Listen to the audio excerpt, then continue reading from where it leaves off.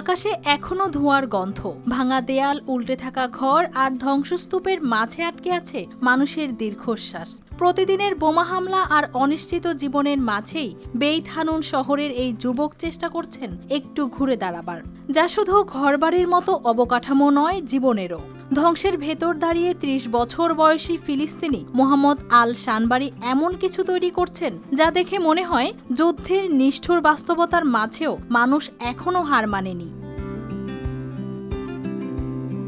উত্তর গাজার বেইত হানুন শহরে ধারণ করা এই ভিডিওতে দেখা যায় নিজ বাড়িতে এই ব্যতিক্রমী দক্ষতার চর্চা করছেন মোহাম্মদ। বোতল, চেয়ার, এমনকি ভারী গ্যাস সিলিন্ডার একটির উপর আরেকটি বসিয়ে নিখুঁত ভারসাম্যে দাঁড় করাচ্ছেন তিনি।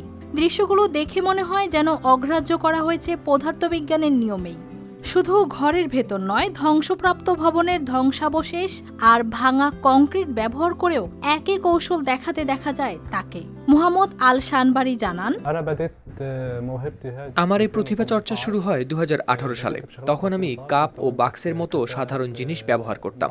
সময়ের সঙ্গে সঙ্গে আমি বুঝতে পারি যে এই প্রতিভা আরো বিকশিত করা যায় এবং এটি আমাকে বড় কোনো সাফল্যের দিকেও নিয়ে যেতে পারে। এরপর আমি পরবর্তী ধাপে অগ্রসর হই, যেখানে আমি গ্যাস সিলিন্ডার ও চেয়ারের মতো বড় জিনিস নিয়ে কাজ করতে শুরু করি।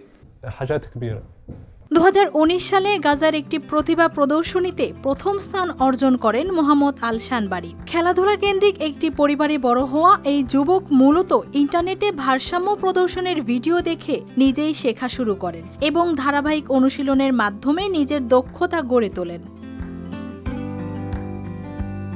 ভবিষ্যতে তিনি চান আন্তর্জাতিক মঞ্চে ও বিশ্বব্যাপী প্রতিযোগিতায় নিজের এই প্রতিভা প্রদর্শন করতে, যাতে শুধু শিল্প নয়, যুদ্ধবিধ্বস্ত ফিলিস্তিনিদের অদম্য মনোবলের কথাও তুলে ধরা যায় বিশ্বের সামনে। ফৌজিয়া আক্তার, RTV।